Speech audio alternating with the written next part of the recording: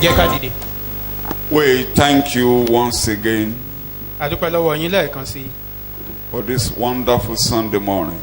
fún àárọ̀ ọjọ́ ìsinmi tó rẹwà yìí. Thank you for encouraging us. A dúpẹ́ fún ìrònúlọ́kànsókè. Thank you for establishing our feet on the solid rock. A dúpẹ́ fún ìfẹsẹ̀ wa múlẹ̀ lórí àpáta. We thank you for the word of God that is always alive. A dúpẹ́ fún ọ̀rọ̀ Ọlọ́run tó yè. We are going to it again this morning. A tún lọ sínú ọ̀rọ̀ yìí lẹ́ẹ̀kan sí. Speak life to us. Ẹ sọ ọ̀rọ̀ ìyè sí ọkàn wa. All that is dead, let it be alive in Jesus' name. Gbogbo ohun tó kú kan máa gba ẹ̀mí ìyè lórúkọ Jésù. Rekindle our hope. Ẹ sọ ìrètí wa jí. Our greatest request is that you, God, through the Lord Jesus Christ, will manifest yourself to individual this morning. Ẹ̀bẹ̀ wa tó ga jù láàárọ̀ yìí ni pé nípasẹ̀ Jésù Kristi kí ẹ̀yin Ọlọ́run kẹ́ fi ara yín hàn fún ẹnìkọ̀ọ̀kan wa láàárọ̀ That yìí. nobody should move out of this hall today without the touch of God. Pé ẹnikẹ́ni ní jáde kúrò nínú gbọ̀ngàn yìí láìsí ìfọwọ́bà Ọlọ́run. It's only you that can overhaul us. Ìwọ Ọlọ́run nìkan ló Only lè. you that can bring a new beginning. Ẹ̀yin nìkan lè sọ ilẹ̀ lè mú Only ìbẹ̀rẹ̀ you ọ̀tun dé. that can change our status. Ẹ̀yin nìkan lè yí ipò wa padà. Only you that knows what is in the heart of man. Ẹ̀yin lẹ mọ ohun tó wà nínú ọkàn ènìyàn. Therefore, manifest yourself, O God. Torí náà ẹ fara yín hàn láàárọ̀ yìí. Let us embrace you. Ká lè rọ̀ mọ́ ọ. Let us bow down before you. Ká tẹríba níwájú ẹ̀yin Ọlọ́run. We are going to worship you. À ń yìn yín. In Jesus' name we pray. Ní orúkọ Jésù. By the grace of God, started point number 2 of our topic last week. Nípa oore ọ̀fẹ́ Ọlọ́run a ti bẹ̀rẹ̀ abala kejì ẹ̀kọ́ wa lọ́sẹ̀ tó kọjá. And Kókó kejì. an attempt to explain that title. Mo ń gbìyànjú láti ṣàlàyé In an àkòrí yẹn. attempt to explain that title last week, Nínú ìgbìyànjú láti ṣàlàyé àkòrí yẹn lọ́sẹ̀ tó kọjá. the key points were outlined. A ti tò àwọn kókó tó wà níbẹ̀. We couldn't cover all, Ṣùgbọ́n a lè parí gbogbo rẹ̀. so we will continue from where we stopped. Ibi tá a ṣíwọ́ sí náà láti bẹ̀rẹ̀. But the general title is God shares your feelings. Ṣùgbọ́n àkòrí gbogbogbò ló sọ pé Ọlọ́run mọ bó ṣe ń ṣe ọ́. We are very sorry for those of you who have written that title down. Add S to share. It was a typographical error. God shares Àwọn tí yẹn kàn ti gbọ́. your feelings. Bí Ọlọ́run mọ bó ṣe ń ṣe ọ́. He knows you inside and out Ó mọ̀ ọ́ nínú lóde. and keep you in mind. Ó sì ní ọ lọ́kàn. Again, Ó tún tún sọ. God shares your feelings. Ọlọ́run mọ bó ṣe ń ṣe ọ́. He knows you inside and outside Ó mọ̀ ọ́ nínú lóde. and keep you in mind. Ó ní ọ lọ́kàn pẹ̀lú. Our title is taken from 103 Psalm Orin Dáfídì orí kẹtàlélọ́gọ́rùn-ún láti mú and àkòrí verse yìí. 12 and 13. Ẹsẹ̀ ìkejìlá sí ìkẹtàlá rẹ̀. We are going to read both in the Message Bible and other translations. Psalm 103 Orin verse Dáfídì. 12 and 13. Orin Dáfídì orí kẹtàlélọ́gọ́rùn-ún ẹsẹ̀ ìkejìlá sí The Message ìkẹtàlá. Bible before others. As sunrise is from sunset, he has separated us from our sins. As parents feel for their children, God feels for those who fear him. He knows us inside and out. That is he feels for his children. He Yóò mọ bó ṣe ń ṣe feels àwọn for ọmọ us. rẹ̀. Ó mọ bó ṣe ń ṣe wá. Keeps in mind that we are made of mud. Knows you inside and outside. Ó mọ̀ ọ́ nínú lóde. And keep you in mind. Ó sì ní ọ lọ́kàn. Man is God's focus. Àfojúsùn Ọlọ́run ní ènìyàn. Hebrews chapter 2 Hébérù orí kejì. verse 5. Ẹsẹ̀ ìkarùn-ún. nítorí pé kì í ṣe abẹ́ àwọn áńgẹ́lì ló fi ayé tí ń bọ̀ tí àwa ń sọ̀rọ̀ rẹ̀ sí. You are reading. ṣùgbọ́n ẹnìkan sọ níbìkan That's where I'm wípé going. kí lè ènìyàn tí o fi ń ṣe ìrántí rẹ̀ tàbí ọmọ ènìyàn tí ìwọ fi ń bẹ̀ ẹ́ wò. In English. For it was not to angels that God subjected the habitable world of the future, of which we are speaking. It has been solemnly and earnestly In said. other words, the focus of the church of ministers is to prepare men for the world to come. ìyẹn ni We pé have been speaking of the world to come, which God subject not unto angels, but subject to man. àfojúsùn àwọn ìránṣẹ́ ọlọ́run nínú ìjọ ni láti pèsè àwọn ọkàn ènìyàn sílẹ̀ fún ayé tó ń bọ̀. And that world to come, ayé tó ń bọ̀ yìí man is to rule. Man is to control it, ènìyàn ni yóò ṣe àkóso ayé ọ̀hún, not kì í angels. ṣe àwọn áńgẹ́lì. The world to come, which is the focus of the gospel, ayé tó ń bọ̀ tó jẹ́ àfojúsùn ìhìn rere is lónìí put under the control of man. abẹ́ ìṣàkóso ènìyàn ni ọlọ́run fi sí. You are reading verse 6. Somebody said somewhere, it was the Psalms, particularly Psalm 8. You are reading. It has been solemnly and earnestly said in a certain place, what is man that you are mindful of him, or the son of man that you graciously and helpfully care for? Why do you care for man? Why are you putting man in your focus? èrèdí Why wo do ló ṣe you ń ṣe care for ìtọ́jú him? ènìyàn, èrèdí wo ló fi fi wọ́n sí Why are you so àfojúsùn mindful rẹ, of him? kí ló dé tó o fi fi wọ́n sọ́kàn tó bẹ́ẹ̀. That's to tell you, Ìyẹn láti sọ fún wa. God is mindful of you. bí ọlọ́run kíyèsí wa, You are so important to him. a ṣe pàtàkì sí ọlọ́run, He cares for you. ó ń ṣe ìtọ́jú wa. You are what you are today by the grace of God. ó jẹ́ ohun tí ó jẹ́ lónìí nípa orí ọ̀fẹ́ You may not ọlọ́run. know and you may not care. You may not even worship God. You may not thank God. O You lè má mọ̀, o lè má kà á sí, o tiẹ̀ lè má jọ́sìn it's sọ́lọ́run. your power and your might. o lè rò pé bóyá ipá àti agbára mi ni. You may be like the lecture I'm still continuing with, King Nebuchadnezzar. bí ẹ̀kọ́ God tí a made ṣe tó it. ó rò pé ọwọ́ òun ló You may tẹ̀ be ẹ́. thinking you have made it. ìwọ náà lè rò You pé may ọwọ́ be rẹ thinking tẹ̀ you ẹ́. have been able to do it like you have been doing. ìwọ náà lè rò pé ọwọ́ ò ti ṣe é bó Take ṣe máa ń note. ṣe é, ṣùgbọ́n Take note. kíyèsí God cares for you. ọlọ́run ló ń ṣe ìtọ́jú rẹ. He has you in mind ó ní ọlọ́kàn because of the world to come, torí ayé tó ń bọ̀ which is under the control of humanity. tó wà ní abẹ́ ìṣàkóso You are reading the ènìyàn. Bible.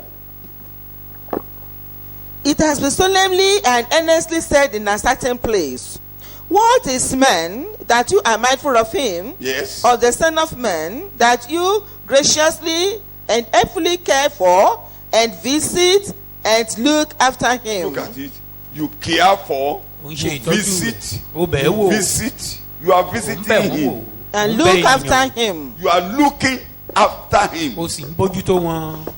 Can you say thank you for looking after me? kí a lè dúpẹ́ lọ́wọ́ ọlọ́run pé olúwa ò ṣe o pé òun Are you bójútó sure? mi. Are you ṣé ó sure? dá ọ lójú pé ọlọ́run ń bójútó Are you ọ. sure God is looking after ṣé you? ó dá ọ lójú pé ọlọ́run ń bójútó ọ. Are you sure God is caring for ṣé ó you? dá ọ lójú pé ọlọ́run ń ṣe Are you ìtọ́jú sure God is rẹ. looking after ṣé you? ó dá ọ lójú pé ọlọ́run ń You are bójútó ọ. caring for me. òun ṣe ìtọ́jú mi. You are looking after òun me. bójútó mi. I give you the glory and I bless you for that. olúwa ò oh ṣe God. o mo yìn ọ́ fún eléyìí. In Jesus' name we pray. ní orúkọ jésù ní Read a little. àgbàdúrà. I will not expose that. You will meet me sometimes before the end of the year. ẹ máa pàdé mi I have a full kọ́dún yìí lecture tó on that kulẹ̀. area. You are reading a little bit. For some little time, you have ranked him lower and inferior to the angels. For a little period. fún àkókò kúkúrú. Now it is ranked a little lower than angels. ó rẹ̀ wọ́n sílẹ̀ ju áńgẹ́lì lọ. You are reading. You have crowned him with glory and honor and set him over the works of your That is hands. part of my lecture this ara morning. ẹ̀kọ́ tá a fẹ́ wò láàárọ̀ yìí. Crown him. You have crowned him. ó ti fi ògo àti ọlá ńlá dé ilé You ayé. have crowned him with glory and what? Ó ti fi ògo Gbéde àti o, ọlá mo ńlá bọ̀ dé bẹ́ẹ̀ o. ilé adé. You crown him with what? Glory Ògo and àti honor. ọlá ńlá. Adé wo ló wà lórí ẹ bó ṣe jókòó yìí? Which crown Adé are ògo you àti putting ọlá. on now? Ẹ o, A crown mo of ní kí ló glory wà lórí rẹ? and honor. Mo bọ̀ nbẹ. We are coming there. After that, after crowning him, somebody And- who's crowned is what? Is what? Ẹni Is tí to a do fà what? And dédé set lórí him kìíní. over the works of your hands. Anybody who is crowned is what? Ẹni tí a bá fa dédé lórí kí ló Is jẹ́? what? Is a Tàlẹ́ni king. bẹ́ẹ̀ jẹ́? Is a ruler, abi? Yes, Ó a jẹ́ king. alákòóso. A king. Is a subject. No, Eh? no. Eh? A king. Is to be controlled. Jẹ́ ẹni tí No. wọ́n máa ṣe ìdarí rẹ̀ Eh? ni. No. Is to be trampled upon. Ẹni tí wọ́n máa No. tẹ̀ mọ́lẹ̀ On your feet. lórí ẹsẹ̀ rẹ̀.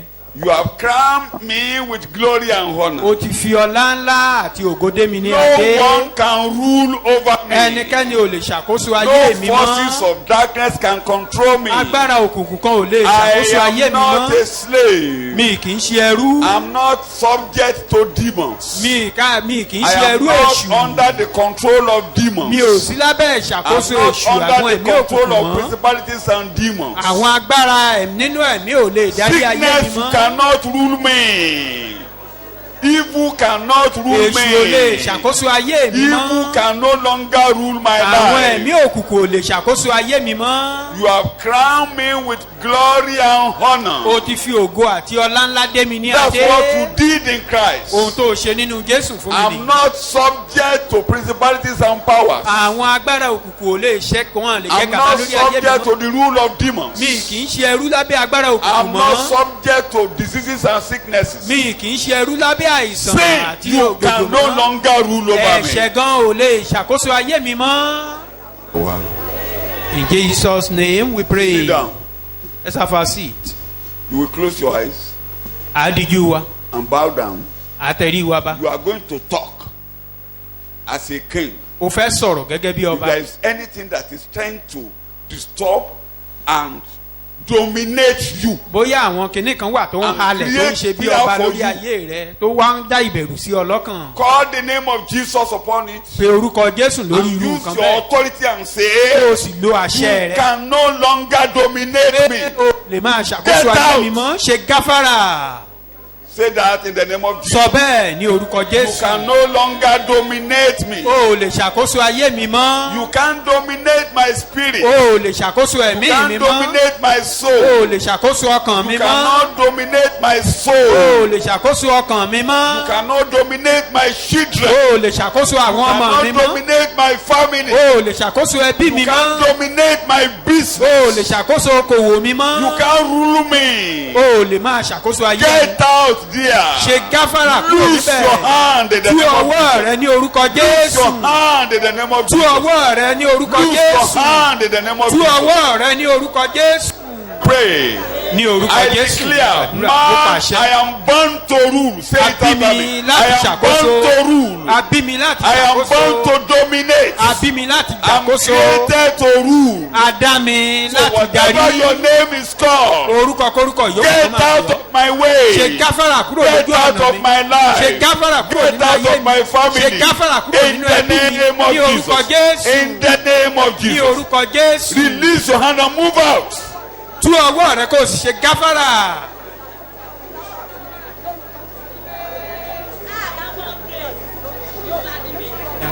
Say amen loud. Let me read it further because there is a particular place that's so important. Màá kà á síwájú torí As ibi you are kan wà reading tó ṣe Hebrews chapter pàtàkì 2. nínú ìwé Hébérù orí kejì. So that you can realize that you are the focus of God. Kó o lè mọ̀ pé ìwọ lọ́lọ́run fojú sùn. You are reading.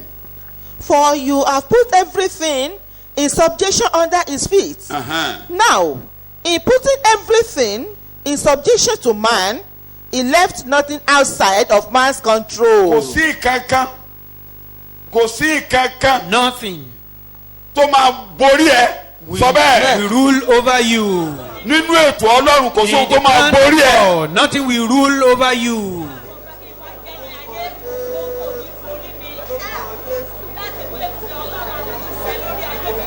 Kò sí kíní kan outside. From nothing. anywhere. Kò From sí ohunkóhun anywhere. láti ibikíbi wá.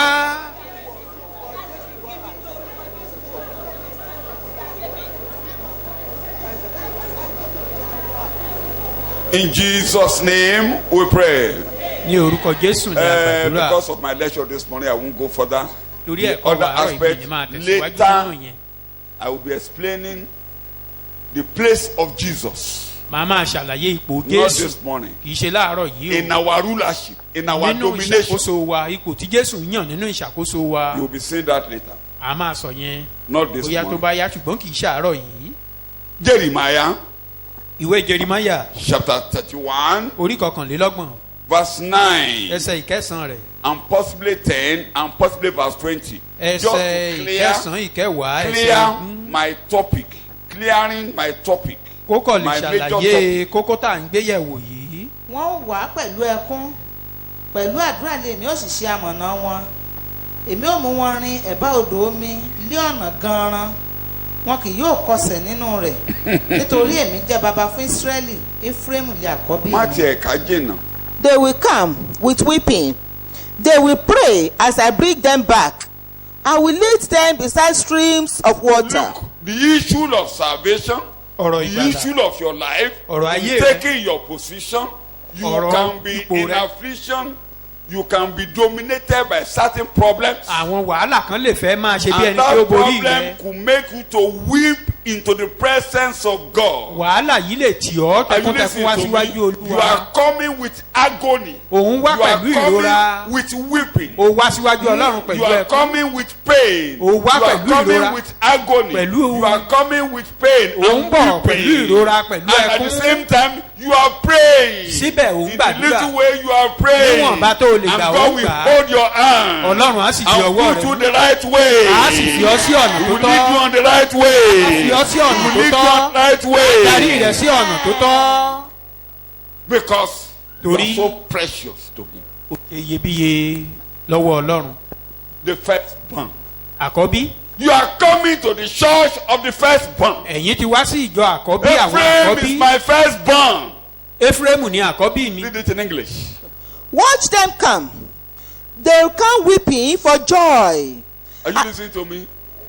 So you can be having problem that is causing you to weep. It Ẹ doesn't lè ní matter. ìṣòro tó lè mú ẹkún wá o. Come and weep in the presence of Ìwọ God. wá sọkún rẹ níwájú As you are Ọlọ́run. weeping and you are Bó o agonizing, ṣe ń sọkún God yẹn, is listening tìrora to you. tìrora bẹ́ẹ̀ God lọ́lọ́run will tẹ́tí hold sí ọ. your hand. Ọlọ́run á di ọwọ́ rẹ mú. God will hold your hand. Ọlọ́run á di ọwọ́ rẹ mú. You are important. Tell yourself, I am important to Sọ God. fúnra rẹ pé mo ṣe I'm pàtàkì very níwájú essential Ọlọ́run. in the presence of God. Mo ṣe pàtàkì lọ́wọ́ Ọlọ́run. In the mighty name of Jesus Christ. In Jesus' name. Ní orúkọ Amen. Jésù You are reading. Kristi. You are reading. As I take their hands and lead them. As I, God, Èmi Ọlọ́run. take their hand Mo di ọwọ́ wọn. and lead Them. Mo sì ń tọ́ wọn. Mo ń tọ́ Lead wọn. them to fresh flowing brooks. fresh, flowing stream. Mo darí wọn sí So àti orísun Lead omi. them along smooth, uncluttered paths. Sori ọ̀nà tí ò wọ̀ ibi tó àti rómi ìtura On rough road. ara tù ọ́. You be Amen. comforted. O ti débi tára ti ń tu ni. You are in a place where you be Ara ò ní ní comforted. ọmọ. You will never be Amen. afflicted. O ti dọ́dọ̀ bàbá tára ti ń tu ni. You are in the presence of the Father that comforts. Sí nǹkan tó ń jírò jọ̀rọ̀ rẹ̀. Kò sí tó wà níwájú ẹ̀ jọ̀rọ̀ rẹ̀. He Kò think sí about kankan you jọ̀rọ̀ every rẹ̀. day. Just about you. And you can understand it is now sealed when Jesus took the blood to the altar. Òye rẹ̀ á wáyé ọ And pé a ti fi èdìdì dì í nígbà at tí the Jésù right ti hand gbé of ẹ̀jẹ̀ God. dé orí pẹpẹ tó sì jókòó lọ́wọ́ ọ̀tún Òun Ọlọ́run. pàápàá ènìyàn. He himself a man. I used to tell you Mo máa ń sọ fún wa. the greatest achievement of God in the work of redemption is that man is now in the presence of Àṣeyọrí Ọlọ́run tó ga jù nínú ètò ìràpadà ni pé a rí ọmọ ènìyàn lọ́wọ́ ọ̀tún Ọlọ́run. Jesus stood in our place Jésù wá gba ipò wa and níbẹ̀. brought us there. Ó kó wa So dání he lọ can sọ́dọ̀ rẹ̀ behold lọ́rùn you. kó lè rí wa. You can come to him anytime, anywhere, anytime, anywhere. A lè wá sọ́dọ̀ rẹ̀ ní ìgbàkúgbà ní àkókò kákòkò níbikíbi. To God be the glory. ògo ni fún ọlọ́run lókè ọ̀run. We may not. I will continue that explanation in verse 10, verse 20 next week. màá máa ṣàlàyé ẹsẹ̀ ìkẹwàá Let me go ẹsẹ̀ to my ogún subtopic. bóyá lọ́jọ́ mìíràn. He redeemed you from hell. ó rà wá padà lọ́wọ́ ọ̀run àpáàdì. That's key one. kókó àkọ́kọ́ níbẹ̀ yìí. Gives you paradise crown. ó wá fún wa ní adé paradíṣe. Wraps you with beauty eternal. ó wá fi ìyè ayérayé tó rẹwà ó fi ró wa Make láṣọ. you always young in his presence. ó wá ń sọ wá dèwe níwájú rẹ̀ Psalm ní gbogbo 103. ìgbà. orin dáfídì The orí Message kẹtàlélọ́gọ́rùn. Bible, you read verse 3, Ẹsẹ̀ yìí. so, verse 4 Ẹsẹ̀ and ìkẹrin 5. sí Verse karùn-ún. 4 and 5. Psalm orin 103. dáfídì orí kẹtàlélọ́gọ́rùn ẹsẹ̀ ìkẹrin sí karùn-ún. He redeems you from hell, saves your life. Check, go. Redeem you from hell. ó rà ọ́ padà Save lọ́wọ́ ọ̀run àpáàdì. your life. ó wá gba ẹ̀mí rẹ̀ là. Save your life. ó gba ẹ̀mí rẹ̀ là. I've taken time to deal with that last week. mo ti ṣàlàyé eléyìí lọ́sẹ̀ tó And I kọjá. won't go into it mi again. ò padà sí mọ́. But summarily, take note. It is sin that drove us to hell. ṣùgbọ́n ẹ kíyèsí eléyìí pé ẹ̀ṣẹ̀ ló lé wa lọ sọ́run àpáàdì. Without Christ, láìsí jésù. the destiny of every human being on earth is hell. àyànmọ́ gbogbo ènìyàn nínú ayé ọ̀run àpáàdì ni. The destiny of everybody, whosoever you are, that Àyànmọ́ have gbogbo come to ènìyàn, the world ẹnikẹ́ni yòówù through kó jẹ́, Adam is hell tó wá of the sáyé sin of Adam. tìtorí ẹ̀ṣẹ̀ ádámù. Doomed to die, doomed to suffer, ìyẹn ni pé Doomed to weep, a ti yàn wọ́n fún ikú doomed a to yàn wọ́n be fún in ìyà agony. a ti yàn wọ́n fún ìrora Agony. àti ìpọ́njú. but Jesus came ṣùgbọ́n to jésù wá change our destiny. láti yí àyànmọ́ wa padà. He stepped in our place. ó ti ẹsẹ̀ bọ ọ̀rọ̀ wa. He took our punishment. ó gba ẹ̀ṣẹ̀ ó gba ìyà wa. He was a substitute in every way, like our songwriter. arọ́pò ló jẹ́ ní gbogbo ọ̀nà gẹ́gẹ́ bí ọ̀kọrin kan ṣe kọ. Jésù rọ́pò mi. ó sì fi ẹ̀mí ara rẹ̀ jì ó ta ẹ̀jẹ̀ rẹ̀ sílẹ̀ nítorí mi ó sì fẹ́ ẹ̀jẹ̀ rẹ̀ ṣe ràgbàdà mi.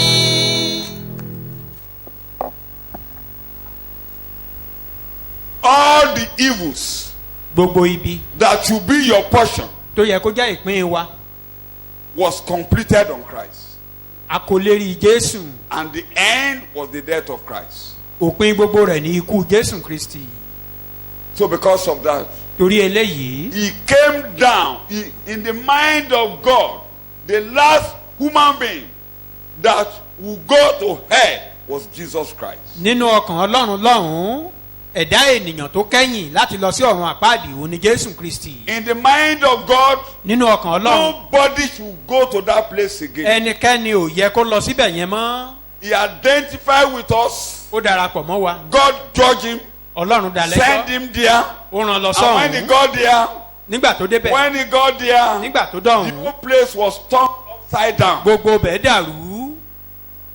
Remember my language. The Ẹ whole rántí place èdè mi o. was turned upside down. nígbà tí jésù There was dé ọ̀run a àpáàdì shaking. There was lọ́hùn-ún an earthquake. ìṣẹ̀lẹ̀ ṣẹ̀ níbẹ̀ gbogbo ibẹ̀ dàrú ilẹ̀ mì. When he got there, nígbà tó débẹ̀ he got there as a sinner ó débẹ̀ gẹ́gẹ́ bí ẹlẹ́ṣẹ̀ and under agony like any ordinary man. lábẹ́ ìrora tó wà gẹ́gẹ́ bí ẹ̀dá ènìyàn Under judgment like any ordinary man. lábẹ́ ìdájọ́ In gẹ́gẹ́ bí darkness ènìyàn like any ordinary ó man. kú gẹ́gẹ́ bí ènìyàn In darkness nínú òkùnkùn like any ordinary man. gẹ́gẹ́ bí ènìyàn Suddenly, ṣùgbọ́n lójijì because like we were saying, he's a son. gẹ́gẹ́ bá a ṣe Suddenly, sọ wípé ọmọ he ni was weeping. ó ń He sọkún was weeping ó ń sọkún and praying. ó bí síbẹ̀ ó ń And he was gbàdúrà weeping nínú and ẹkún praying. rẹ̀ ó ń gbàdúrà Suddenly, there lójijì was light in darkness. ìmọ́lẹ̀ tàn sí òkú God rẹ̀. held his hand. Ọlọ́run di ọwọ́ God will rẹ̀. hold your hand. ọlọ́run á di ọwọ́ ìwọ You náà. will come out of that agony. wàá jáde kúrò nínú Amen. Come wàhálà out yẹn. of that pain. wàá jáde kúrò nínú Amen. ìrora Come yẹn. out of that wàá judgment. jáde kúrò nínú Amen. ìdájọ́ yẹn.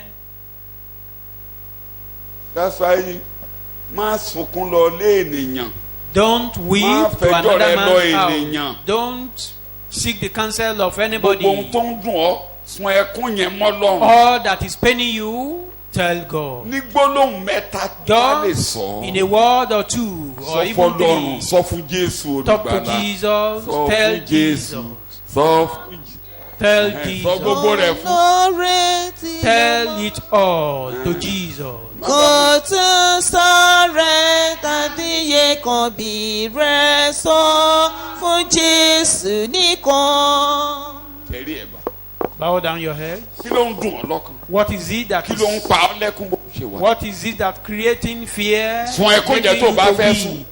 Weep if Ṣáà you want to weep. sọ ní gbólóhùn méjì. Just speak in two languages in the presence of God. Ọwọ́ wọn mú.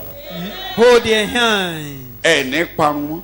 You will no more be Kòtò ruined. parun tí a gbẹ́ síwájú yín ẹ̀ ní wọnú rẹ̀ The mọ́. ditch of destruction before you, you will no more go in In there. Jesus' name we Ní pray. orúkọ Jésù Kristi ní agbàdúrà. Say amen Ẹ loud. ṣàmì. You are reading. We have covered that point last week. I'm going to the next point. You are reading. Yes. You are reading 3, verse 3 and 4.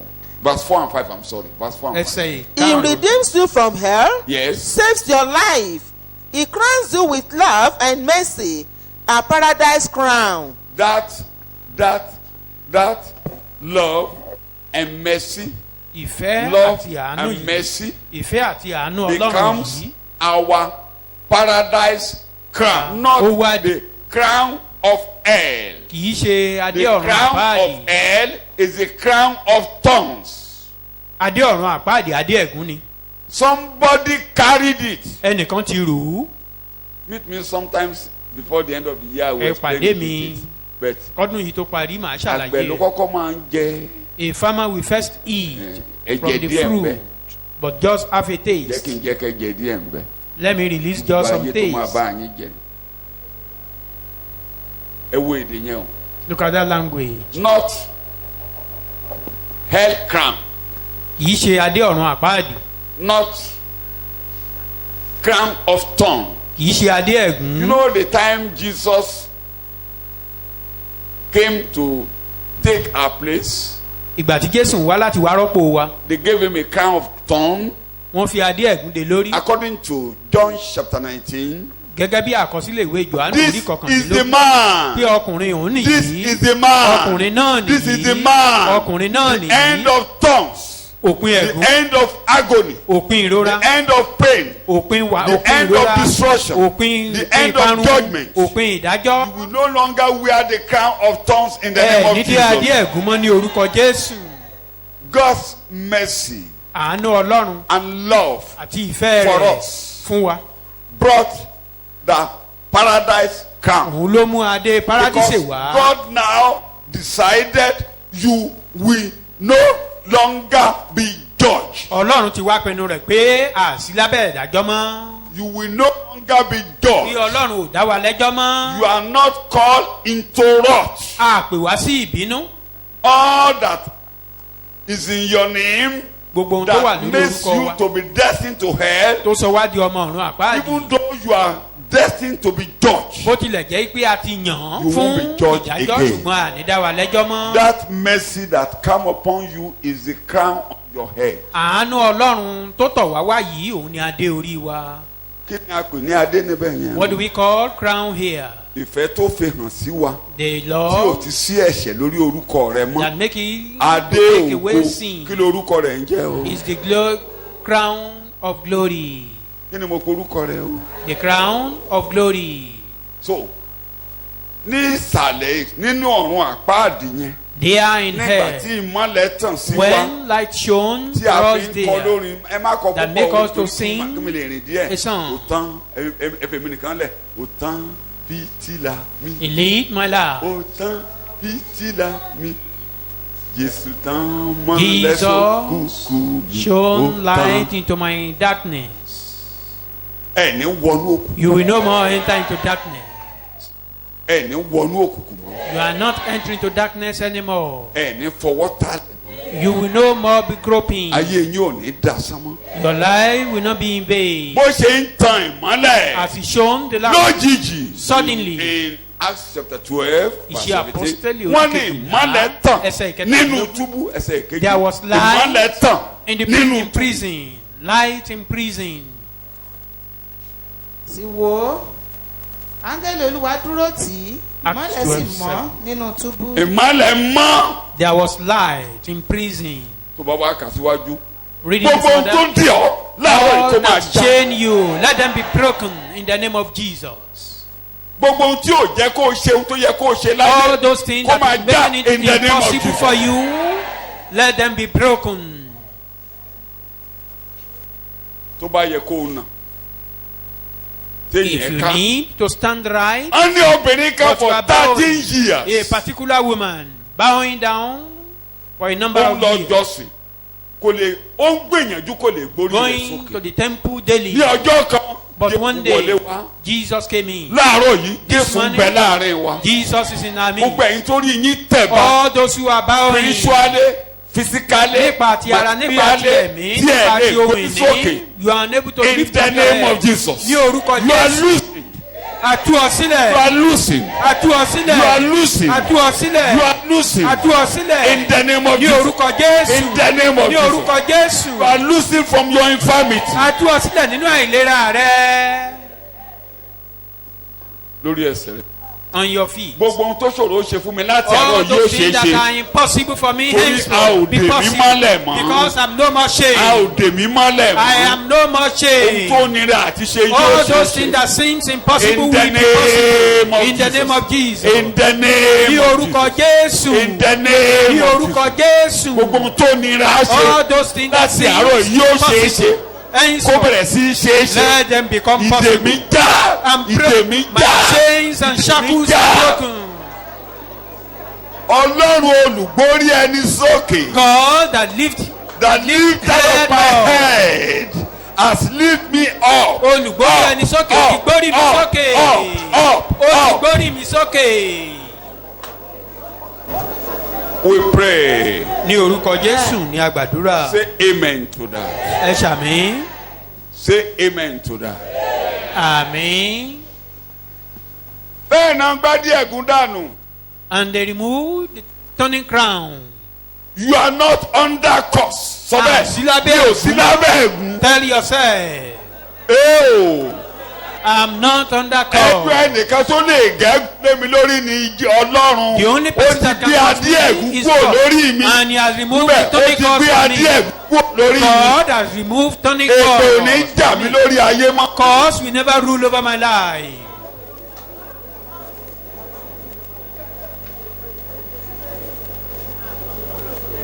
Jésù Kristi Olúwa wa ni a gba àdúrà.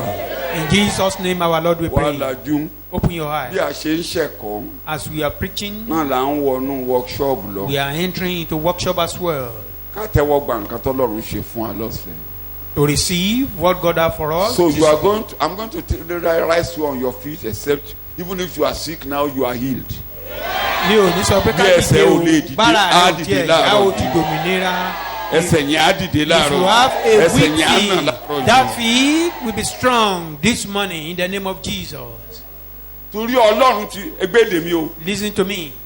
Torí Ọlọ́run ti gbé adé ẹ̀gún kúrò ní orí mi. Because God has removed a turning crown from Gbogbo ẹ̀gún me. kẹ́gún Every curses. tí ènìyàn ti ṣẹ́ lé mi lórí. Maybe from man. Bóyá mo mọ̀ tàbí mi ò mọ̀. Be it known or unknown.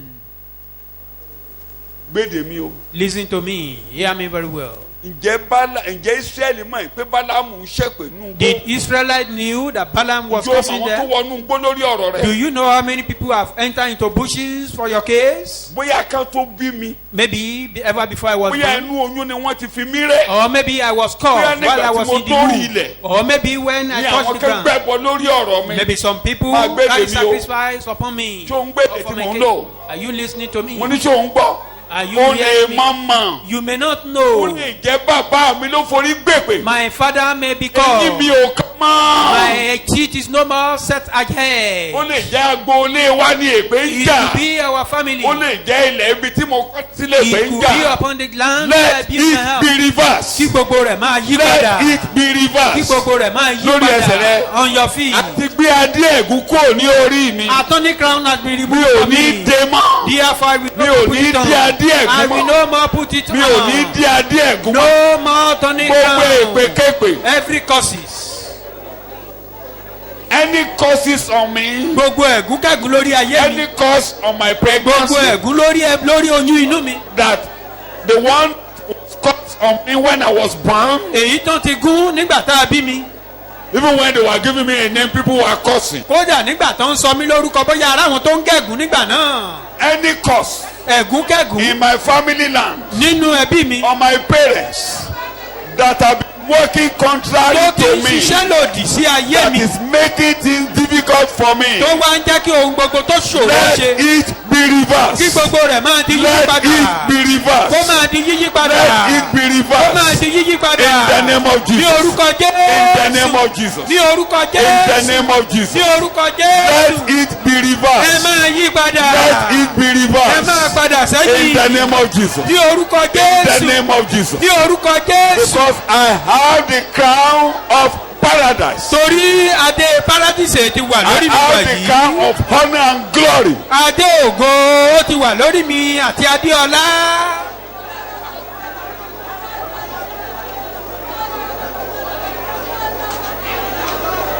Jésù Olúwa wa. In Jesus' name, our Lord, we pray. All you have spoken that is against you, let it be reversed. Gbogbo èyí tí wọ́n ti sọ tó lòdì kó máa I padà demand sẹ́yìn. stop and reverse. Ṣíwọ́ kó máa Stop padà and sẹ́yìn. reverse. Ṣíwọ́ kó Stop máa and padà reverse. sẹ́yìn. Dúró Stop jẹ́ kó and padà reverse. sẹ́yìn. In Dúró the name jẹ́ of kó Jesus. padà sẹ́yìn In lórúkọ the name Jésù. of Jesus. Ní orúkọ In the Jésù. name of Jesus. Ní orúkọ Jésù.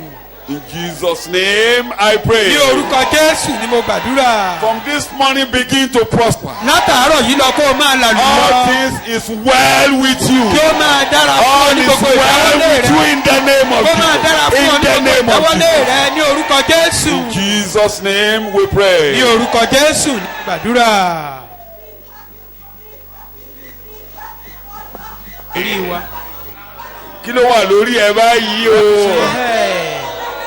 Irú adé wo? Crown of glory. Adé ògo. Crown of Adé glory. ọlá. Adé Crown of ìbára. honor. Paradise crown. The crown of honor and glory. You know the meaning of paradise? Ẹ mọ̀ túmọ̀ paradíṣe. You know the meaning of paradise? Ẹ mọ̀ túmọ̀ paradíṣe. Paradise is rest. Ó túmọ̀ sí ìsinmi. Paradise is rest. Ó túmọ̀ sí ìsinmi Jesus' name. ní orúkọ Jésù. Paradise is rest. Paradíṣe túmọ̀ sí ìsinmi. Adé tó wà lórí ẹ báyìí. The crown upon you. Torí ìtumọ̀ paradise nìyẹn. Sọ́lédè rẹ níbí. Adé ìkéde báyìí. Adé The meaning ìsinmi. is the crown of rest. You are putting on the crown of rest. Inú Jésù ní ìsinmi wá ti bẹ̀rẹ̀. It's in Christ Jesus that our Mo ti rest ṣẹ̀kọ́ ẹ̀ fún wa. started. Ìsinmi mẹ́rin àbí I've taught márùn-ún. us. Ìsinmi There nínú are four Jésù. rests. Rest in Christ. Tó o bá ti wá wọnú iṣẹ́ ìránṣẹ́. When you are in the Mo ti ministry. bẹ̀rẹ̀, ẹ wá sí ọ̀dọ̀ mi. Come unto me, Yín ti ń all ye ṣiṣẹ́ that tí àbí labour ẹrù wúwo ní. and having Kí ni mo máa fún heavy yín? laden, Tó o I bá will ti sunkún give dé. you rest. Tó o bá ti gbé When you àjàgà come kúrò with your lọ́rùn rẹ̀. weeping and I remove your yoke, Adé ìsinmi wọrí ẹ̀. then the crown of rest is rest Adé upon paradise. you. That is the crown of paradise. Wàá máa sinmi lọ. You will continue to rest. Tó o bá ti tó wá gbé ìgbésẹ̀. When you take a Ilé tí mo step jókòó further, tó. enough of this sitting. Jẹ́ kí mi fa ọwọ́ ẹnìkan náà sókè. Let me lift Jẹ́ kí n someone lo ayé up. mi láti ran ẹnìkan Let me lọ́wọ́. use my life Tó to o help jùlọ sílẹ̀ somebody. fún iṣẹ́ ìránṣẹ́ And you surrender your ìrere. O life, tún bọ́ sí yourself. ìpele ìsinmi tó the ga work jù of the tàkọ́kọ́. gospel. Then you move a bit further. Ìsinmi mi àtúndé. Another rest will follow. Wàá máa ti inú ìsinmi dé inú From one ìsinmi. rest to another. Kí ni mo pè?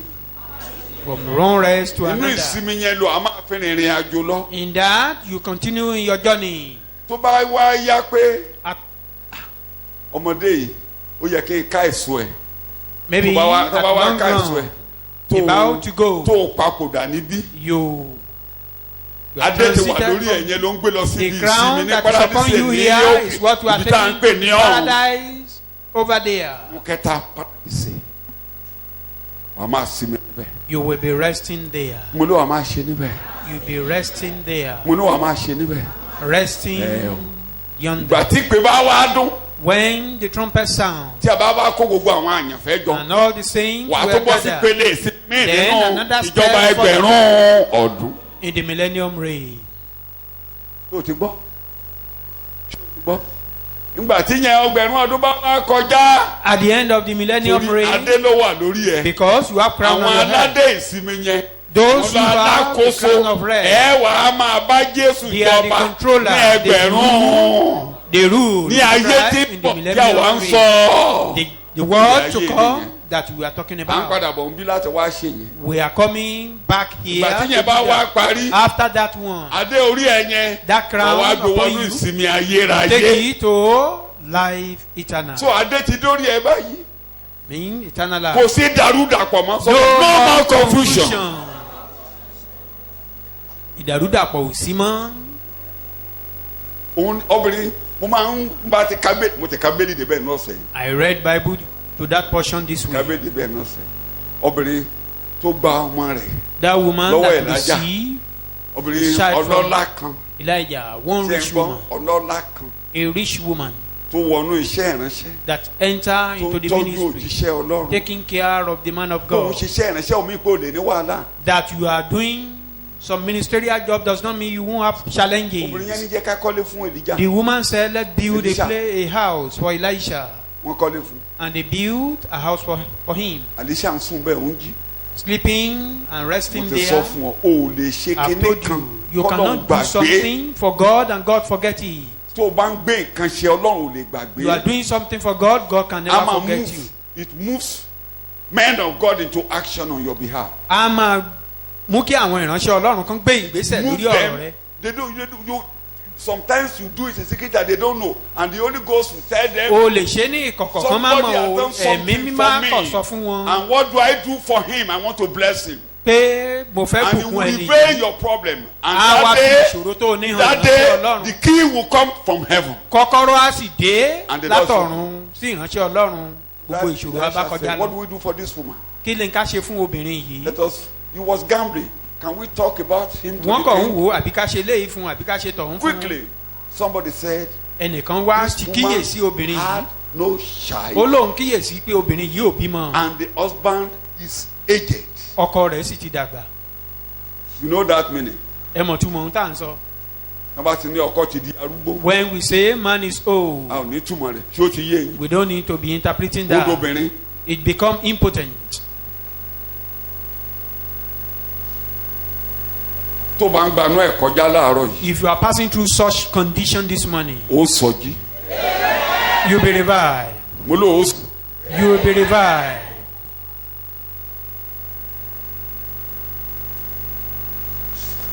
Elisha said, Elisha by wí pé, this time, according to the plan of God, this time I'm seeing you embracing your son. ó ní gẹ́gẹ́ bí ọ̀rọ̀ Embracing your Ọlọ́run ní son. òbí ọdún tó ń bọ̀ mú Those wọ̀ of you ó in gbé that ọmọ rẹ. condition, you will embrace your Gbogbo child ẹ̀yin in the bẹ́ẹ̀ name náà of Jesus. tẹ̀ ń retí ohun bẹ́ẹ̀ níwòye According to àmọ́dún. God's plan, Gẹ́gẹ́ bí ètò Ọlọ́run, you embrace your child. ẹ gbé ọmọ yín. I repeat, Ó ti sọ. according to God's plan, Gẹ́gẹ́ bí you ètò embrace your Ọlọ́run, child. gbé ọmọ rẹ. If your land is cursed, that curse is reversed. Tí ilẹ̀ rẹ bá jẹ́ ilẹ̀ ẹ̀gún, ayé ẹ̀gún padà. If it is a curse on your pregnancy, Tó bá that jẹ́ curse ẹ̀gún ni ò is jẹ́ kó ti reversed. lóyún, ayé ẹ̀gún It's náà padà. reversed. Ayí padà. If it's on your family land, let it be Tó bá jẹ́ orí reversed. ilẹ̀ ẹbí rẹ ni, ayí padà. If it was when you were born, Tó bá or jẹ́ ìgbà tán bí ọ ni. somebody is looking at future, looking at Lẹ́nìkan your ti rí glory, ọjọ́ looking ọ̀la. at what is going to come Ló about ti ń you, wo ohun tó looking at tí wà God's plan, tó ń and bọ̀ wá said, dà lọ́jọ́ let us ọ̀la. stop him down. Pé ẹ̀jẹ̀ Let látẹ̀ it mọ́lẹ̀. be reversed. Kó máa di yíyí padà lórúkọ Jésù. Nobody will rule over you. Ẹnikẹ́ni ò ní ṣàkóso ayé Nobody rẹ. will control you. Ẹnikẹ́ni ò ní darí ayé rẹ Nobody will mọ́. bind you. Ẹnikẹ́ni ò ní dè ọ́ Nobody will mọ́. put you in lock and Ẹnikẹ́ni chains. ò ní fi In the kẹ́kẹ́kẹ́ name of Jesus. Amen. And that woman got pregnant. Obìnrin yìí lóyún. And one day the child grew old and he was sick. ó bímọ ọmọ yìí sì dàgbà nígbà tó dọjọ́ kan lọ́mọ yìí The man ṣàìsàn followed the father to the farm, ọmọ yìí tẹ̀lé bàbá rẹ̀ lọ oko. and the father was noticing that the child was not fine. bàbá ń ṣàkíyèsí pé ó dàbí Go and ẹni meet pé ó your rẹ mom. ọmọ yìí o ó wá pàṣẹ pé kán lọ mú bá ìyá rẹ̀. And the mother embraced the child, and before you know it, ìyá gbé ọmọ the yìí child died. ká tó mọ ohun tó ń ṣẹlẹ̀ ọmọ yìí kú. And the wife, look at the wife. ẹ My máa emphasis wo on the ìyàwó wife. yìí o. My emphasis on the wife. She knows. ó mọ̀ She knew ó mọ̀ who she was. ó mọ ẹni tó ń ṣe. Sent to the husband. ó sọ fún ó ránṣẹ́ sí ọkọ. Please give me a horse. ó ní fi kẹ́tẹ́kẹ́tẹ́ ránṣẹ́ sí I mi. want to see the man of God. mo fẹ́ dọ́dọ̀ ìránṣẹ́ ọlọ́run Any wéré. problem? ṣé wàhálà wà? And the woman said, Obìnrin did he yìí say, ní- Daddy, Eddie, is not the type of woman that be weeping. all is well. ó ní Tell yourself, àlàáfíà. all is well. sọ fúnra rẹ̀ pé àlàáfíà ni. Why are you going to the man of God? kí ló dé This is tó not fẹ́ lọ bá new ìránṣẹ́ moon. ọlọ́run This kì í is ṣe not ojú àsílẹ̀ Sabbath. oṣù Why are you tuntun going? ní ò All kì í is ṣe well. ọjọ́ ìsinmi Let me go. All is àlàáfíà ni All is jẹ́ kí n well. ṣe The àdọ́dọ̀ rẹ̀. husband didn't know ọkọ rẹ̀ ò mọ̀ because she was convinced beyond reasonable doubt there is a crown of paradise on her head. torí ó kalẹ̀ lọ́kàn rẹ̀ kọjá àríyànjiyàn yìí pé adé paradise ń bẹ lórí òun. Ọkàn ẹ̀ ò dàrú. he was not confused or ruffled. Nǹkan tó lọ́n fẹ́ kéèyàn ní nínú wàhálà ni. that is the type of Kì í boldness ṣe God wants wàhálà to have in nìṣòro. trouble. Kí ló ń ṣe nínú wàhálà ní pàtàkì? Challenges Nínú is wàhálà not là our ń máa problem. kín. But what do you do during that problem? Orúkọ ẹ̀ wọnú ìwé ìrántí. Her name was Lọ kà á wà ní entering Hebrew into the level. book of Wọnú remembrance ìwé. in Hebrews Àwọn chapter obìnrin tó gba 11. òkú wọn nípa àjíǹde. Those who receive wọ̀wé. their dead through Àwọn resurrection, ọ̀múrántí rẹ̀ sílẹ̀ the rẹ̀. heavens remember Kí her ló ń for ṣe good. lọ́jọ́ ìṣòro? What are you doing in the time of trouble? How do you handle your challenge? Báwo lo ọwọ́ wo lo fi mú ìpèníjà tó o ní? Ọ̀pọ̀lọpọ̀ wa gan tí o lè handle challenge wa challenge oní challenge là á máa rojọ́ ẹ̀ kiri. Many Bó of ṣe us who nìyẹn. cannot handle Bó ṣe our own nìyẹn. challenge will be talking backbiting Ọkọ ọmọ about àti lè jáde another o. person's challenge. Èmo bímọ o. He Ìjọ didn't have ẹlẹ́jọ́ yẹn ni issue. o tẹ̀. Èmo bímọ o. Busybody Ó ṣe wà yẹn. about Ẹ mọ̀ bí another ọkùnrin person. o. He never have a male child as you see him. Ọ̀nà máa ń gé ọkùnrin sínú ìṣàsùn. As if they normally put a male Ẹ child ọkùnrin o. in the pot. Ẹ kàn ó kàn obìnrin ló bí jọ kàkà kó bí He kàkà kó has sọ fún. female children. Àwọn ẹ̀kọ́ ìjìnlẹ̀ èṣù yẹn ló ń gbé káàkiri. The mystery Ẹlẹ́jọ́ of máa Satan. ro ká. Those are the things they be Máa talking roko about. ẹlẹ́jọ́ ká. Continue backbiting. Ìgbà táwọn ọmọbìnrin yẹn bá mi tọ́jú ẹ̀. By the time those female children be taking care of him or her, you will know he has child or has children. I'm sorry for this personal example. Mo tọrọ This fún example. àpẹẹrẹ ara ẹni. We buried Mo one tọrọ of my gáfárà. children in the Lord some weeks ago. A sin ìkan nínú Ó bí àwọn ọmọ mi ọmọkùnrin mẹ́rin. nínú Olúwa. He has 4 Ó bí male child. ọmọbìnrin mẹ́rin.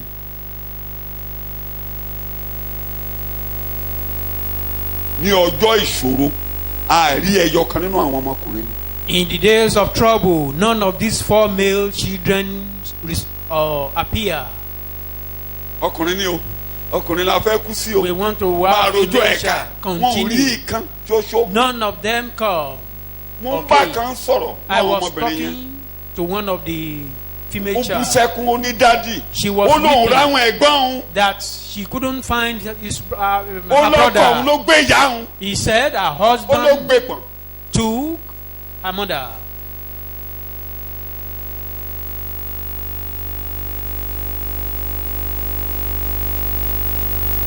Ebi ọmọbìnrin bó ṣe ebi kúrin bó ṣe wà ní ebi kúrin o ebi kúrin o. As you are seeing him, he never have any male child. Ọmọ mi yẹn gbádùn ọmọ tó bí. That woman, Abẹ́ he ìgbádùn enjoy her Ó daughter. tọ́jú ẹ̀ tó last. She took care of her to the last. Ìgbà tó kú tán ọkùnrin yọjú. After the death, Ó lóun ní landlord. the male child came and they said they are the landlord.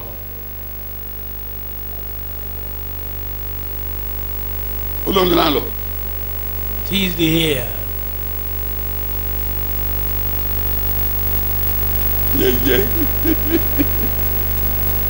Àwọn ọmọ ti ní ilé mọ̀mọ́ mọ̀mọ́ ti fohùn sílẹ̀ pé ọmọ wọn obìnrin ni ó ní kó máa gbé bẹ́ẹ̀.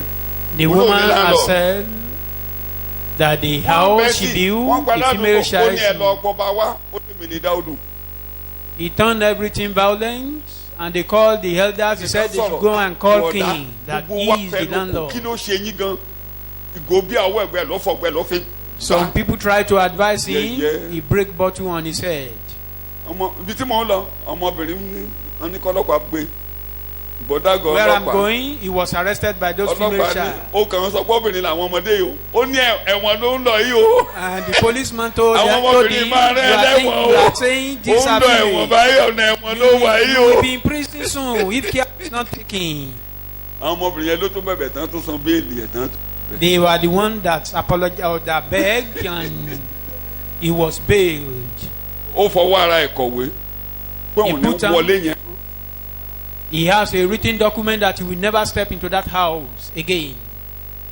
Ibi bìnrin ẹbí kùnrin obìnrin ló bí jọ. He doesn't have Yeah. a male child. Doesn't have a male child, but Máa female. rojọ́ lọ ń tì. Continue backbiting. Mọ̀mọ́ ẹ̀ lẹ́jọ́ Busybody. àrítẹni fi àpáàdì.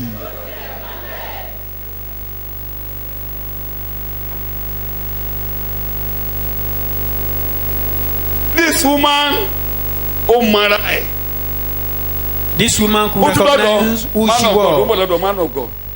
Man of God ránṣẹ́ sí. When he Any got to the problem? man of God, the ránṣẹ́ Ọlọ́run ránṣẹ́ sí. All is Ṣé well. wàhálà wà ní oní kò sí wàhálà àlàáfíà ni?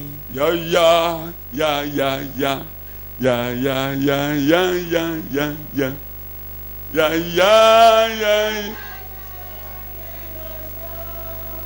ya ya.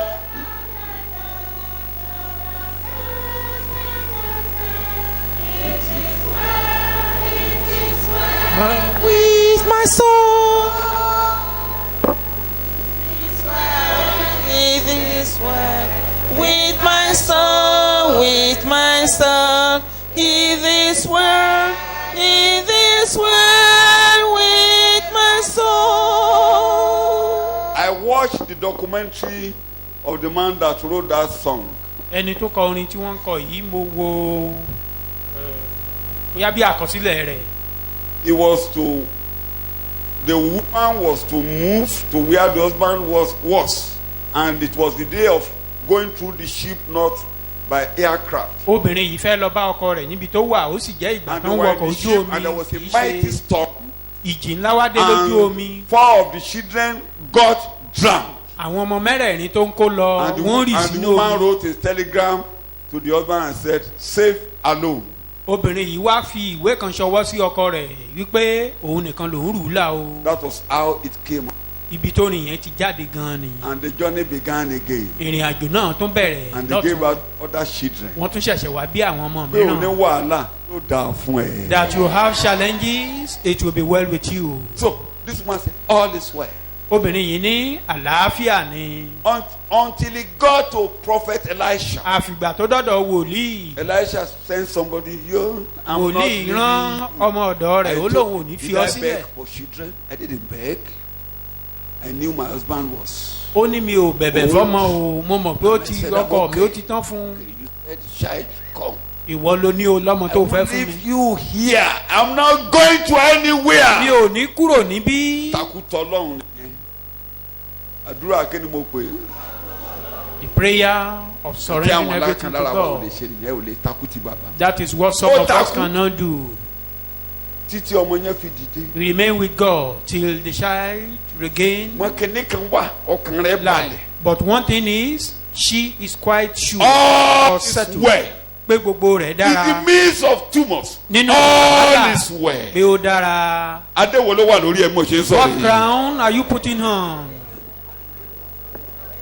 So jẹ́ kí yẹn dá ọ lójú. Be sure of that. Bíjì ń jà. Even paradise when wà there lójú. is storm, the crown of paradise remains. Time is running fast. Àkókò wa ń sá Let lọ. me add to it. Ẹ jẹ́ kí n fi kún. That crown Adé tá à ń sọ̀rọ̀ ń has parẹ́. changed your nature. Ó ti wá yí ẹ̀dá Like rẹ̀ padà. said, Ephraim is my first son. Ó ní It Ephraim ní has àkọ́bí changed mi. your nature. Ó ti yí ẹ̀dá rẹ̀ padà.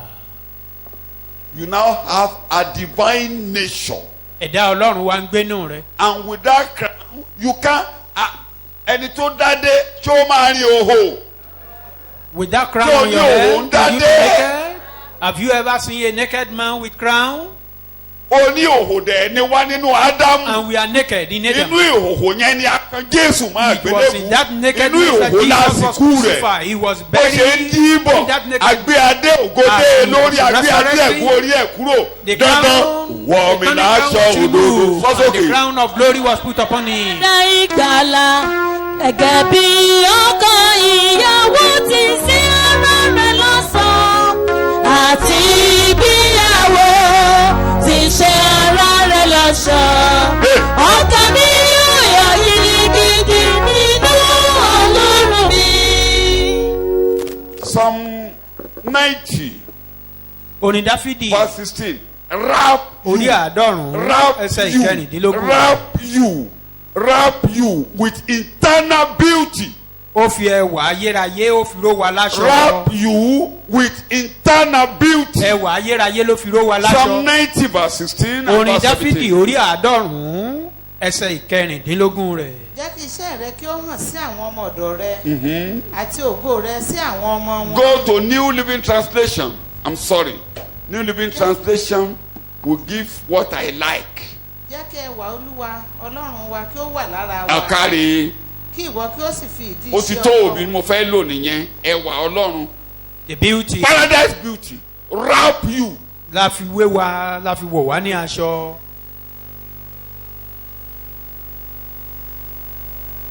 Kò sí NLT. New Living Translation verse 16. Tí ẹ bá rí Yorùbá ti gbé jáde. Ẹwà yẹn. Ẹwà Ọlọ́run. That beauty, God beauty, paradise beauty. Let us see your miracles again. Let our children see your glory at work. And let the beauty of the Lord. Ó máa kà. And may the Lord our God show us his approval and make our efforts successful. Beauty Ọlọ́run kó wà lára rẹ̀. Ẹwà Ọlọ́run, the Ẹwà beauty yẹn. of God be So, upon you. òun ni aṣọ tí wọ́n gbé wọ̀ wá. That beauty is the garment that was put upon us. Ẹ ní rìn ní hòhò mọ́. May you not walk naked. Amúre ní Egado, amúre òdodo. a kind of loin So of righteousness. lọ́dọ̀ Ọlọ́run ẹ̀ ń ṣẹlẹ́gbin In the presence of God, ẹ̀ ń ṣonídọ̀tí. you are not a filthy man. You are not a dirty person. Very beautiful. And Ẹwà Ọlọ́run yẹn. the ni a gbé beauty sí wa of lára. God has been put upon us. Ìyẹn ni ògo tí a sọnù nínú Ádámù. Those, that is the Agbe lost padà. glory in Adam. Now Agbádá yẹn ló restored. wà lọ́rùn rẹ̀. The garment or the regalia is Orúkọ now agbádá in yẹn you. ni ayẹta. Kí ni mo pè? It's an armor. Kí ni mo pè? Òun ni Àìsáyà fi sọ pé That was why kò Isaiah só said, ìjà kan no weapon tí a ṣe sí ọ. fashioned against Tí yóò ṣe you kíni? will war. Gbogbo àwọn tó bá dìde sí ọ. Every Láti tongue tún dá ọ lẹ́jọ́. rise against you to judge you, Òun á túká. that you will scatter them. Torí òdodo tó wà lọ́rùn rẹ̀. The righteousness that is Ọ̀dọ̀ mi upon ló ti you jáde wá. emanate from Ẹwà God. mi ló wà lára My wọn. glory, my beauty is Ẹwà ta ló wà upon lára you. rẹ̀? The beauty of the Lord is upon you. Jẹ́ kí n wọnú kọ́kàn tàṣẹ. Let them go to anywhere to cause. Ó kàn fi àkókò ẹ̀ ṣòfò. They are only wasting their time. Jẹ́ kó tafà. Ó fi Let them ṣòfò. shoot arrow. Bọ́ sáàárín àwọn ǹgárá. Be in the midst of Ẹwà yẹn vagabonds. wà lára The rẹ̀. beauty is there. Òun ló fi yàtọ̀. That is what makes Bíbí difference. ń bá ayé kò ní bá ọ. Even if evil is upon the world, you are not among. Ọlọ́run fẹ́ kọ́ wa lẹ́kọ̀ọ́ ni. God Ẹwà yẹn ní ojú gbogbo àwọn tí Fẹ́mi tí wọ́n bá kọ́ wọ́n rìn. God wants Ṣé to mo kọ́ taught máa ń us gbẹ́wẹ́ ẹ̀gbọ́n a lọ́sùn? lesson. Mo ti ẹ̀ débi kan náà ń dáwàdà. I was in a place Wọ́n ní yesterday. ó jẹ́ lọ fárí ẹ̀wọ́ tó parí. You better go and Kó tètè fa. skin your Wọ́n láwọn head, akọrin you náà ń wá that káàkiri. are bareheaded, that they are looking for barehead people now. Mo dẹ̀ parí díẹ̀ torí bàbá mi mo fi jọ. I was a little bit bad. Wọ́n lè máa wá àwọn apárí kò They may dọ̀dọ̀ be looking for barehead people. Kí mo ní kò ṣe? That is none of your own Kí mo ní business. kò ṣe? You are not among. Bàbá mi mo fi jọ. Kódà àwọn mi tó ju bàbá dáadáa tí wọ́n pàjù tèmi yìí lọ dáadáa. Even some of my children that kódà resemble my ṣe ni wọ́n father fárí their wọn torí kan má own bàa mọ̀. is even tó bá rí bọ̀dà pẹ́ tó ń fárí kò ń ṣe pé ó mọ̀ fárí ó parí ni.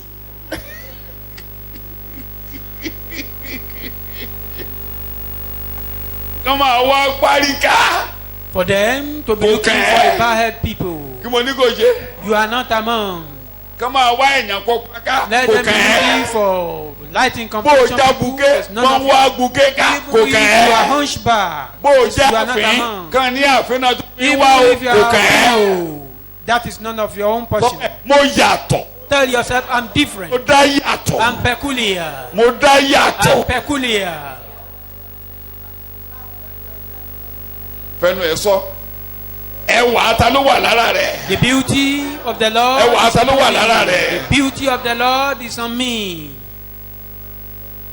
jẹ́ ìpàpà parí ẹ̀. Let me má end sọ̀dọ̀ it. jọ́ mi bí mi ò sọkún kúná. Ẹ máa Though bá mi nínú if it's ẹ̀kọ́ not mi. in full, you meet nígbà me tó in gbé another. ẹwà yẹn sí wa When he lára. put that beauty tó upon gbé ẹwà us, yẹn sí wa when he lára. put it upon us, àwa di àkọ́so We become ẹ̀dá rẹ̀. the first fruit of ó his fi nature. ọ̀rọ̀ òtítọ́ bí wa kí a lè di Welcome. àkọ́so ẹ̀dá rẹ̀. With the word of the truth, for us to be Eh. the first fruit ó of ní his mo mú nature. ìrere wá fún yín. I bring the good news to eléyìí tó you. ṣẹ nígbà tí a gbé Jésù We dìde kó came to lóògùn. pass when Jesus ìwọ ni ọmọ mi resurrected. Thou art my lónìí. son. Today have I begot Lónìí. you. Today have I begot you. lónìí òun la fi ń pe ta fi ń pe ìjọ ní ìjọ àkọ́bí. That is the Israeli, reason the church Ephraim is ni called the church àkọ́bí of the tí firstborn. mo sọ Israel lẹ́yìn. said, Ephraim is my first so son. lójoojúmọ́ Daily, ọmọ ni mí. I'm a child, a son. Ọba mi. lọ́wọ́ ọlọ́run mo dá yàtọ̀ lọ́wọ́ ọlọ́run ó yàtọ̀. ọ̀rọ̀ mi yàtọ̀ lọ́wọ́ ọlọ́run gbà tó wáyé bàbá ayé lọ ọmọ ni yóò gbénu ilé títí láéláé. níwọ̀n ìgbà tó ti déwájú rẹ̀ ọmọ ni As ẹ long as you are in his ò presence, darúgbó you are mọ́ his son. No more kí mo old. lóò ṣe You are no more old. àti débi tá ẹ ti ń darúgbó The place where we be. gbéde mi kí mo láì our ṣe life will níwájú be olúwa renewed níbí yìí. daily. We don't grow Always old. young À ń dọ̀tun. in his À ń presence dọ̀tún lójoojúmọ́, à ń young dèwe in his níwájú rẹ̀ presence lójoojúmọ́. young in his À ń presence. di èwe níwájú rẹ̀ má kàn dá lójoojúmọ́. ha orí ẹ o inú rún mi díẹ̀ àwọn kankan máa ń rún mi nínú. There are some things that mo lọ sìnkú ìkejì mi kan ẹgbẹ́ ni wá mo kàn ju some months mo fi jù lọ I went to bury nínú ilé a ìgbà friend of tí mine, man of God máa ń sọ and the man of God was talking there. ó ló ti lo overtime He said he's using overtime. 71 ni o He's just 71. jọ̀wọ́ pé mi lè gba microphone lọ́wọ́ ẹ̀ mo You ṣáà know, it's not possible for me to take it. pé 70 ló yẹ kó lò. That he's supposed to use 70. wọ́n póòsì kan ẹ̀ ti rí There tẹ́ was bá a ti lórí particular post. kìíní yín tẹ́ mi ò ráyè mi I ò don't fẹ́ have time dáyàn lóhùn lórí to. social media I mi don't ò normally dáhùn have because I'm a time man to of God I reply on don't. social media. wọ́n wá gbé wọ́n ní know your age Ó ní kó o mọjọ́ orí rẹ̀. wọ́n wá gbé síta age títí dé 50 age títí dé 60 Up to 50 ní àti to 60. ibìkan ló wá fọ́ mi lórí oorun mi nínú gan Yeah, I was concerned about a lẹ́yìn particular 70 stage. láti 80 wọ́n lo overtime After 70 or after 80, they said it's overtime.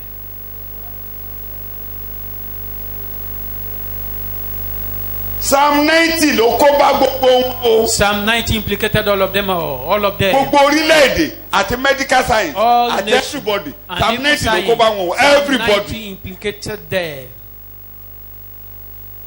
wọ́n dẹ̀ ń tẹ̀bá ti lọ síbi ìjọsìn má bá wọn kà á o Don't read it with them.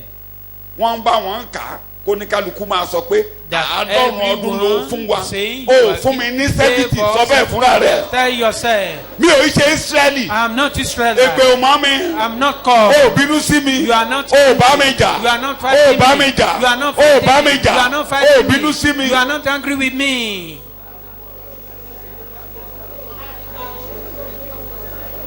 amen. Amen. gbọ́ mi o.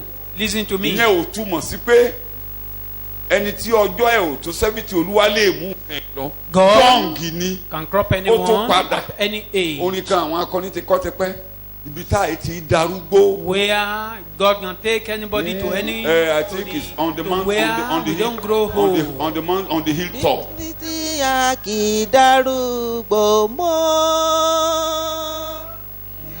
Darúgbó kò darúgbó níbi tí a. ìyẹn náà dáa ìgbọ́n kì í tẹ́ ẹ ṣe yẹn ìyẹn on the mountain top on the hilltop mo ti gbàgbé táìtù ẹ̀ báyìí.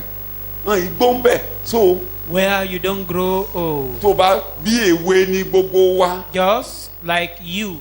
bó kú báyìí ti bí sànà kíyèsí oògùn tó bá gbégbó egbò yẹn á gbẹ lẹ́sẹ̀kẹsẹ̀. If somebody died, maybe with saw, immediately that gbogbo saw will àwọn dry infirmities up. tó wà lára rẹ All ọlọ́run the orí infirmity. ọlọ́run orí God is not mo seeing lọ́lọ́run ṣe. that. So all in his presence. Níwájú Ọlọ́run nìkan. Young. Àjídèwé. Young. Àjídèwé. Young. Young. À ń dèwé sí lójoojúmọ́. He renews your youth. You are always young in his presence. tó bá ti ń ka bíbélì Once you ọlọ́run read á Bible, máa yí ọ padà. God will be changing you. àmúdọ̀tún mi dé mo ti bọ́ sínú. Òun wá tún bẹ̀rẹ̀ láyé mi. ṣé o ti gbọ́ mo ṣe ìwọ ló máa determine life ẹ tó Just bá wù ẹ máa ṣe pèlè láyé determine your lórí. life. If you lie, continue cursing yourself. ẹlòmíì bímọ ní 60 Some alọmọ tó ń bí people give olóhùn ní birth kórè ẹlòmíì at bí ní 60 50 alóhùn and ní be kórè saying, èmi you á know- kórè tèmi o. ee o má ṣe pèlè láyé lórí. Don't curse yourself. gbogbo ìran tí wọ́n límìtì sí lórí All those sàmẹ́ntì generations that were limited to Caleb Psalm àti 7. Joshua nìkan lè pè yẹn o mọ. It's only Caleb and Joshua that escaped that call. even Moses Mose gan. got to the land never entered the land he was 120. Ó súnmọ́ ilẹ̀ náà ṣùgbọ́n kò débẹ̀. Mose ni ó burú fún mi He- nítorí tèmi Moses said it was not well Ojú with ẹ̀ ò him ṣe for your bàìbàì tó fi case. kú. He never, ojú ẹ̀ ò ṣe his bàìbàì. vision were not Bẹ́ẹ̀ blood kò wọlé till ìdè. he died, but he never entered Torí into the Ọlọ́run promised bínú. land because God was furious with him. Caleb máa débẹ̀ at 85. Caleb got there give me at the mountain. 85. Ó ní fi òkè yìí fún bí mi. mo ṣe rí rèé 40 years ago. My strength I was remains. 45 then. Ó ní mo And jẹ́ now I'm ọmọ 85. ọdún márùnlélógójì nígbà náà lọ́hùn-ún. Ṣùgbọ́n má ṣe nísinsìnyí pèlè láyé lórí. báyìí Wo, mo lé ti márùn darúgbó. lọ́gọ́rin. mo kàn ti gbó tán For you bẹ́ẹ̀. to be saying I'm whole, èmi ló ń kú lọ yìí. I'm òun ló fẹ́ kú lọ. dying. You said you want to die. That is what you ìyẹn ò prefer. túmọ̀ sí pọ́lọ́run ní mú ẹ lọ nígbà tó wù ú. That doesn't mean God will Are not you take listening to me? you the time he Anytime lies. ló lè kún kan ẹ lọ ṣùgbọ́n má máa ṣe pèlè rà rẹ. What we are Mo ti emphasizing gbó tán, is mi ò stop gbó tán. cursing your life. Stop cursing yourself. yóò gbó tán. I'm not old. egbò o.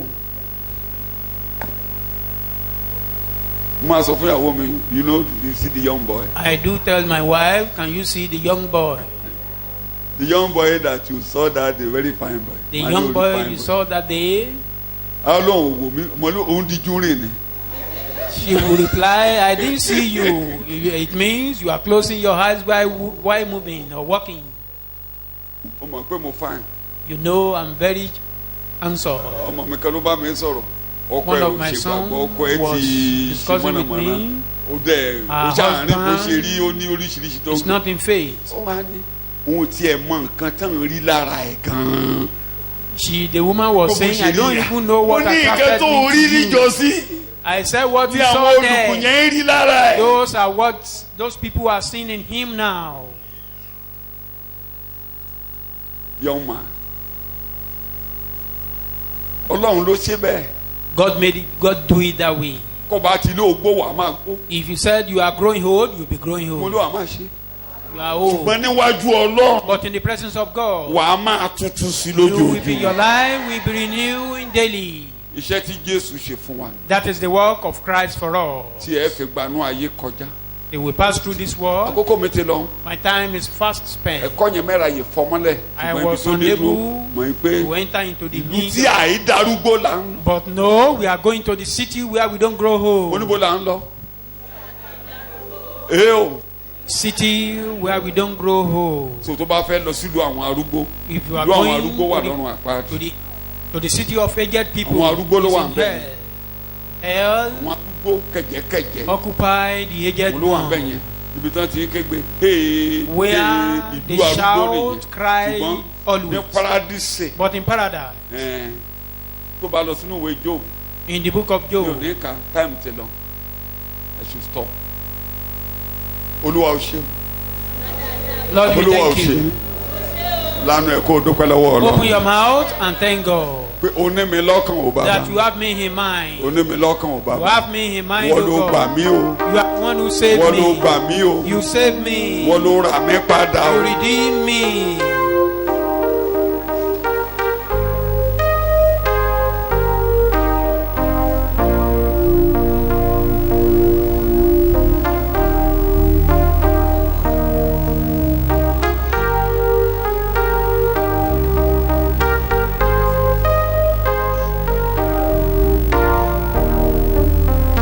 ẹ jẹ́ ká dúpẹ́ lọ́wọ́ ọlọ́run o Let's continue to thank God fún adé ìsinmi ilé tá a fi dé wa lórí Crown of rest has been Adé put upon ògo us. àti The adé crown ọlá. of glory and honor. ẹ jẹ́ ká dúpẹ́ lọ́wọ́ Thank you. ọlọ́run gbogbo ohun tá a fi ṣe wá ní ọ̀sán pátápátá What is ti being used to ìsinmi ni decorate us is about rest. ẹ jẹ́ ká dúpẹ́ lọ́wọ́ Thank you. ọlọ́run ohun tí Jésù Kristi ṣe fún What wa God did for olúwa us. wa olúwa ọlọ́run wa dúpẹ́ lọ́wọ́ Lord, we yín thank lówùúrọ̀ you yìí this morning mú ètò yín for your plan ilé tẹ́ ẹ fi hàn wá that you revealed to us. pé ẹ mọ̀ wá tinú tòde That you know us inside and outside. ẹ mọ̀ bó ṣe ń ṣe wá Know how we feel. ẹ dẹ̀ ní ètò fún You wa have plan for us. tẹ́ ẹ ti bẹ̀rẹ̀ nínú That Jésù has nígbà started tí in Christ. àtẹ̀bá Kristi When we pàdé encounter Jesus. bẹ́ẹ̀ni sọ pé bí ẹnikẹ́ni bá wà nínú If anybody Kristi that is in Christ, onírú ẹni yẹn di that kind ẹ̀dá of person tuntun has become a new creature. adúpẹ́ lọ́wọ́ yín Ọlọ́run Thank you, lórúkọ God. Jésù Olúwa gba ọpẹ́ wa bàbá mímọ́ Father, àwọn ọ̀rọ̀ èdè tí ẹ fi sí wa lẹ́nu language that yìí you put into our mouths, bàbá Father, a béèrè fún orí ọ̀fẹ́ require for the grace tí a ó fi máa lò ó that we are going to use nígbà tí a bá dé àwọn ìkòríta when we are at some junction. bóyá ìkòríta ìpèníjà Maybe the junction of challenge. orí ọ̀fẹ́ tí a ó fi máa tẹnu mọ́ To be emphasizing lórúkọ on it. Jésù Olúwa dá lé wa lórí a fẹ́ máa rí We yín want to be seeing you. a fẹ́ máa rí yín ní ìgbà See you gbogbo always.